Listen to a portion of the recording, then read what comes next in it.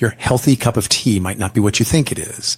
You toss a bag in the mug, add boiling water, and tell yourself you're doing something good for your body.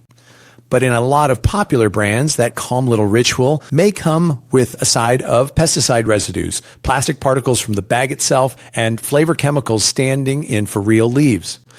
Some products marketed as soothing, natural, or even wellness tea have been called out in lab tests, lawsuits, and recalls for containing substances that many people try to avoid in their food. If you're drinking tea for comfort, immunity, or to cut back on sugar, you deserve to know when that label might not match what's actually steeping in your cup. In this video, we're going to walk through 7 major tea brands you may want to rethink based on past testing and consumer complaints.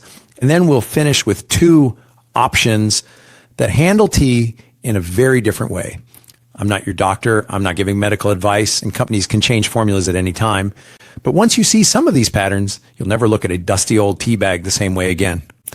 Let's start with a brand a lot of people grew up with. Celestial Seasonings, the cozy boxes with the sleepy bear, the promises of 100% natural herbal blends the bedtime tea parents have poured for kids for years. That wholesome image took a hit when third-party testing cited in a 2013 lawsuit reported that a high percentage of sampled Celestial Seasonings teas contained pesticide residues above certain federal limits. Even blends aimed at children and wellness were alleged to contain traces of substances that critics said didn't match the natural image. The company pointed to other lab work suggesting brewed tea fell within legal standards, but that didn't erase the uncomfortable question: why were the dried leaves testing that way in the first place? If you switch to herbal tea to get away from chemicals, it's worth asking whether the box in your pantry actually delivers what the front label promises. Next up is the giant of the tea aisle, Lipton. For a lot of families, Lipton is just tea, period. It's cheap, it's easy, it's everywhere. But investigations by groups like Greenpeace and others have reported pesticide residues on some Lipton teas, and critics have long pointed out that many mass market bags are filled with low-grade tea dust rather than intact leaves. On top of that, some of the brand's modern pyramid bags are made from plastics that, in experiments from McGill University and others, have been shown to shed huge numbers of microscopic particles when exposed to boiling water. Those studies were not about Lipton specifically, but about similar plastic bags in general. When you mix low-grade tea bits, flavorings, and plastic mesh, you're getting a very different drink than a simple steeped leaf. If your Lipton habit comes from tradition rather than taste, this might be a brand to cut back on. Then there's the fancy side of the market. Brands like Teavana, once sold in sleek glass jars in shopping malls and later folded into Starbucks. Teavana was marketed as a premium, wellness-friendly experience. Exotic names, loose leaf blends, high price tags, but independent lab testing that surfaced in consumer lawsuits claimed many samples contained multiple pesticide residues, with some blends allegedly carrying more than 20 different substances on a single tea. Critics pointed out that a large percentage of those samples would not have met stricter European import standards at the time. The most troubling part is that Teavana was positioned as a better, cleaner alternative to grocery store tea. When a product with spa-like branding and natural messaging shows up in court documents alongside banned or highly restricted pesticides, it's hard not to feel misled. Bigelow is another name that feels safe and familiar. It's a family company. The boxes talk about generations of American ownership, and the branding leans heavily on words like natural and classic. That's why it caught attention when advocacy groups commissioned tests on some of Bigelow's teas and reported finding glyphosate residues, the same active ingredient used in many weed killers, on certain samples, including a popular green tea. Regulatory agencies still debate what levels are acceptable, and the company has defended its products and question the lawsuits. But for people who are specifically trying to reduce exposure to that chemical, the idea of any detectable amount in a simple cup of tea is unsettling. Add in the fact that most of the actual tea is sourced from the same large plantations overseas as other budget brands, and suddenly the cozy family story on the side of the box feels a little thinner. If you've ever bought yogi tea, you know the vibe. Earthy colors, yoga-inspired branding, uplifting quotes on the tags, and the word organic all over the packaging. For many shoppers, yogi looks like the safe, mindful choice. Yet even organic brands can run into problems. In 2024, Yogi issued a recall for certain immune support teas after tests detected pesticide residues that weren't supposed to be there. The recall was classified as low risk by regulators, but it still raised awkward questions. How did a pesticide end up in a product built around immunity and wellness? The company pointed to the complexity of the supply chain and to potential drift from neighboring non-organic farms, which can certainly happen. But from a consumer standpoint, it's a reminder that a logo and a certification seal aren't magic shields. If you're reaching for yogi specifically because you're sick or run down, that's exactly when you don't want surprises steeping into your mug. Tetley is one of those brands that feels invisible because it's been around forever. The boxes are basic, the price is low, and the tea is often served in offices, diners, and family kitchens without a second thought. When Canada's CBC Marketplace sent a range of teas, including Tetley, to an accredited lab several years ago, some Tetley samples reportedly turned up with residues from numerous different pesticides at once. Each one might have been within legal limits on its own, but consumer advocates raised concerns about what happens when you combine exposures from many chemicals in the same cup day after day.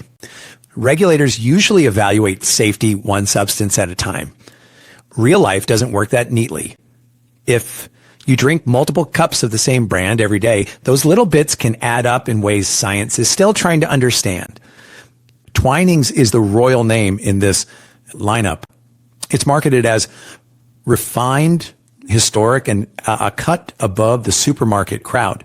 The branding leans heavily on its long British heritage and its connection to high-end tea culture. But tests commissioned by some consumer groups have claimed that certain Twinings products, especially in the everyday line, also carried multiple pesticide residues, including compounds critics say they'd prefer not to see in a premium product. On top of that, many Twinings bags rely on older paper and string constructions that may be bleached for appearance, adding another layer of processing between you and the leaf. When you're paying extra for the story, but the tea itself comes from the same large-scale plantations as budget brands and still shows signs of heavy agricultural input, it's fair to ask what exactly you're getting. So after all that, do you just give up on tea entirely? Not necessarily. There are companies that approach tea very differently, focusing on transparency, simpler materials, and more direct relationships with growers. Let's talk about two examples that many label readers gravitate toward. First is Numi. Numi started as a small family-run business in Oakland with a pretty simple mission: sell tea that actually tastes like the plant it came from without relying on natural flavor tricks. Their blends use whole leaves rather than dust whenever possible, and they tend to steep more slowly and develop flavor over several minutes instead of dumping everything into the water at once. The company highlights third-party certifications for organic and fair trade sourcing, and they've put effort into publishing more information about their supply chain and testing than most mainstream brands. Their bags are usually made from plant-based fibers instead of conventional plastic meshes, which can reduce the amount of microplastic you're likely to see in your drink. Numi isn't perfect, and no brand is beyond criticism. But if you're trying to move toward fewer additives and more actual tea, it's a very different experience from flavored dust in a plastic pyramid. The second example is traditional medicinals. This brand comes out of the herbalist world more than the coffee shop world. Many of their products are positioned as herbal supplements rather than casual sips, and they work with pharmacopoeia grade standards for a lot of their ingredients. That means the herbs are tested and standardized in ways more similar to medicinal plants than to generic herbal tea. They've talked publicly about screening for heavy metals, microbial contamination, and pesticide residues. Not because the law absolutely forces them to in every case, but because the whole point of the product is to support, not stress, the body. Their bags are typically unbleached, plastic-free fibers, and the blends tend to smell and taste like actual herbs instead of indistinct berry or lemon flavors sprayed on late in the process. If you drink tea, mainly for functional benefits, throat comfort, digestion, relaxation, this is the sort of company that takes those uses seriously enough to do extra work in the background. Now, none of this means that every bag from a bad brand is automatically toxic or that every cup from a good brand is perfectly pure. Agriculture is messy. Supply chains are complicated, and safety standards are constantly being debated and updated. What this video is really about is awareness.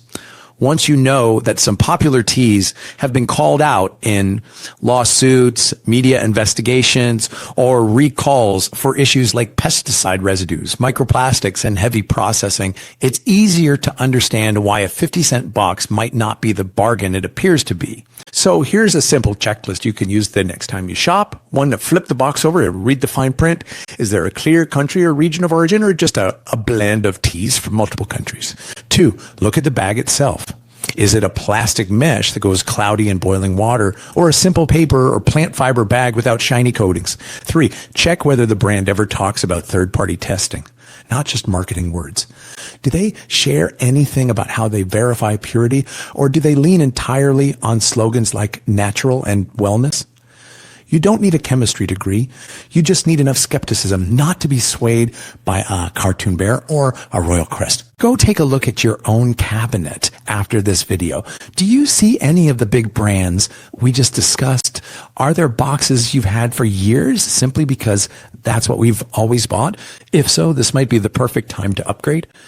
Swapping one daily tea for a cleaner option may not feel dramatic in the moment, but over thousands of cups, those little decisions are exactly what shape your overall exposure. Your morning drink should be a break, not a science experiment.